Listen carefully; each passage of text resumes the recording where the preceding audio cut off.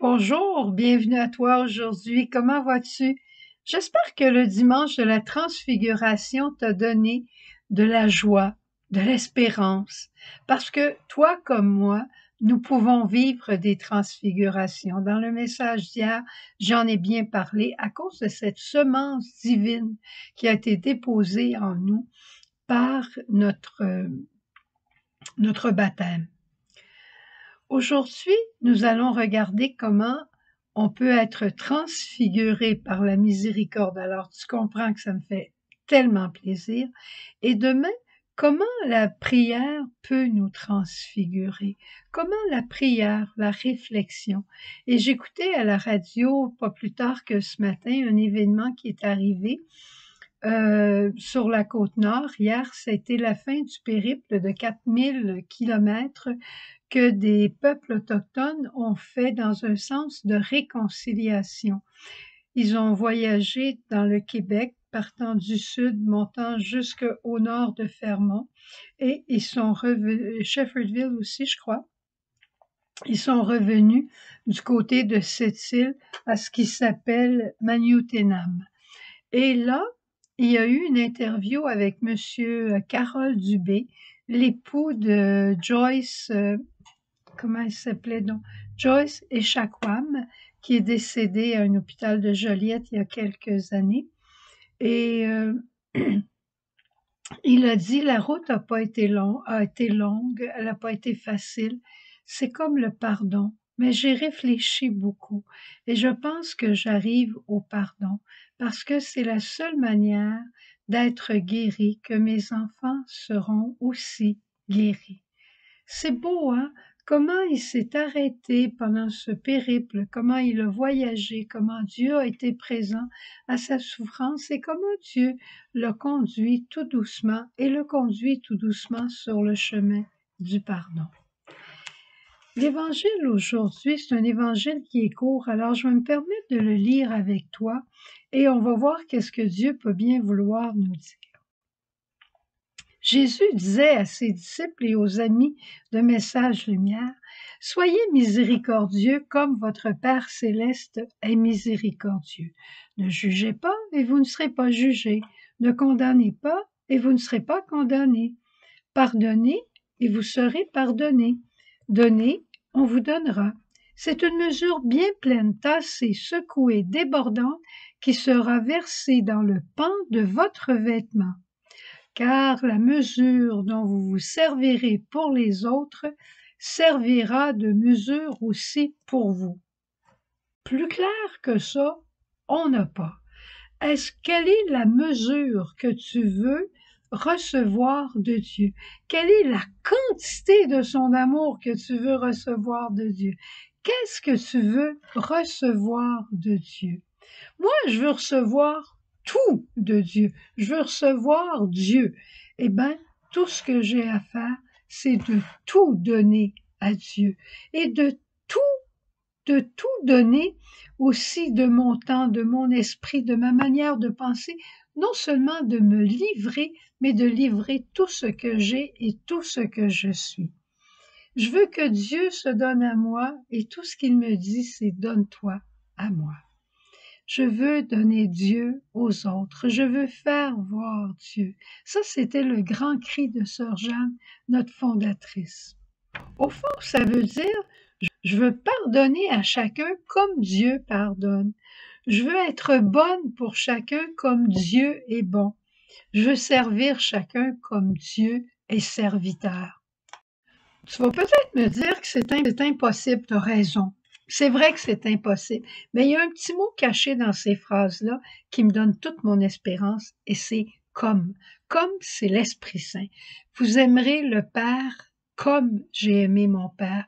Vous servirez mon Père comme j'ai servi mon Père. Alors Jésus savait bien que par nous-mêmes, on n'en était pas capable. Soyez miséricordieux comme votre Père miséricorde. On n'est pas capable, sauf si l'esprit de miséricorde de Dieu le Père vient en nous, sauf si l'esprit de bonté de Dieu vient en nous, alors là, on est capable. Ce n'est pas moi qui vis, c'est le Christ qui vit en moi. C'est lui qui accomplit ces choses. Est-ce qu'on connaît Dieu Père providence. Est-ce que tu le connais? Est-ce que je le connais, moi, Suzanne? Pas vraiment. Et je relisais quelque chose que le pape a dit justement dans le livre dont je vous avais parlé cette année, Le nom de Dieu est miséricorde, à la page 57 pour ceux qui ont le livre. Il dit, le pape, seul celui qui a été touché, caressé par la tendresse de la miséricorde, connaît vraiment le Seigneur. C'est pourquoi je répète souvent que le lieu où advient la rencontre avec la miséricorde de Jésus, c'est dans mon péché.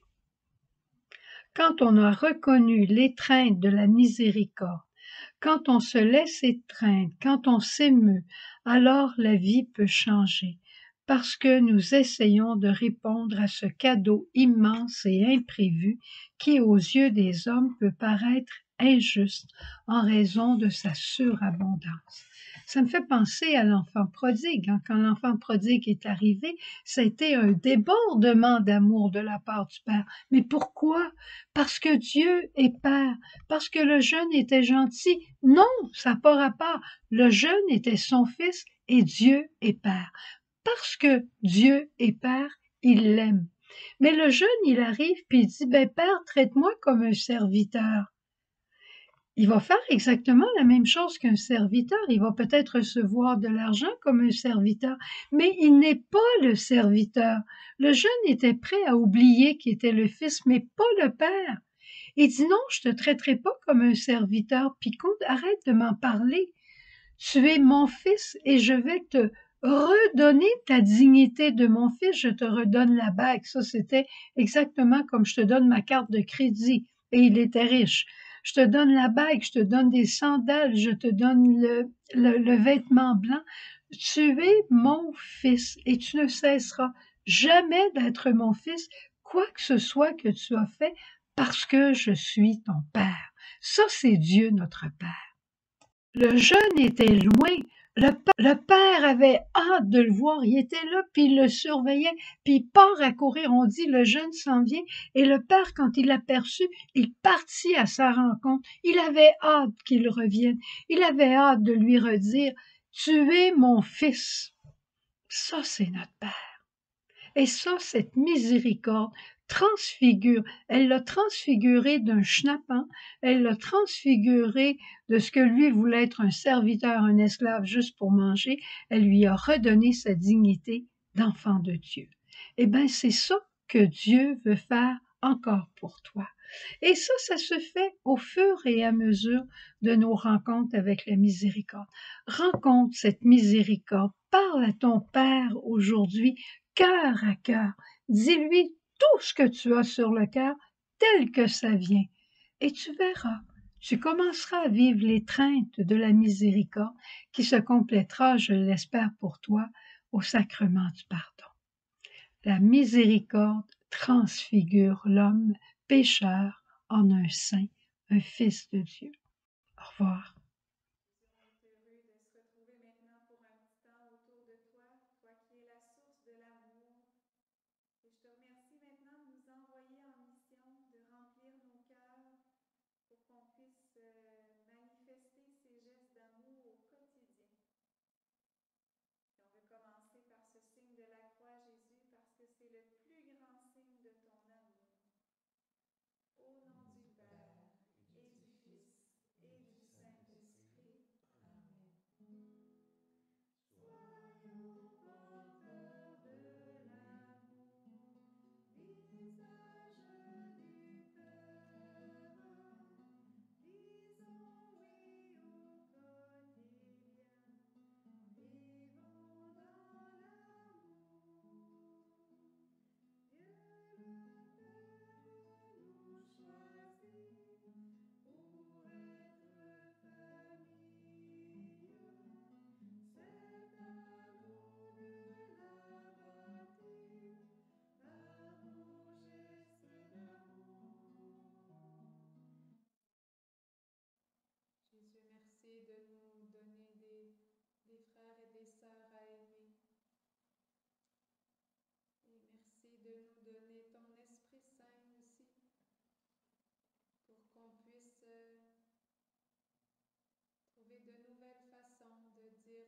manifester notre amour.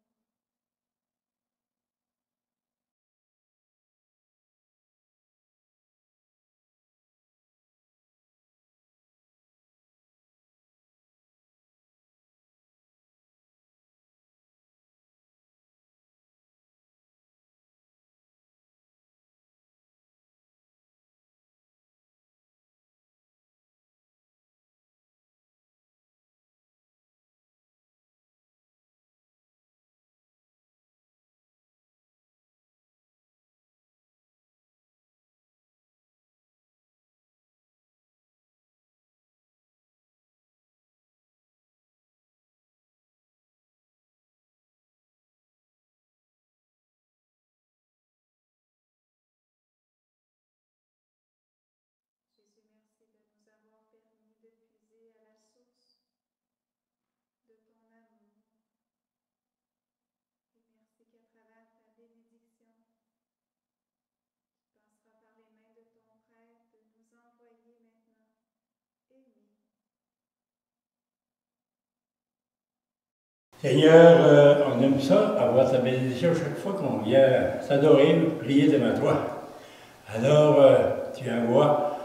Seigneur t'envoie en mission. Autrefois, les 72, c'était nos ancêtres qui sont partis. Jésus avait dit, guérissez les malades, chassez les esprits mauvais, et allez.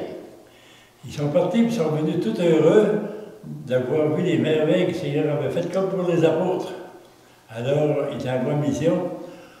À travers la bénédiction, je vais demander que le Seigneur t'accorde les mêmes choses que les 72 premiers qui sont partis en mission, afin que tu reviennes tout heureux ou heureuse d'avoir vécu les mêmes événements que les apôtres, la même voie, que les disciples ont vécu cette semaine-là. Au nom du Père et du Fils et du Saint-Esprit. Amen.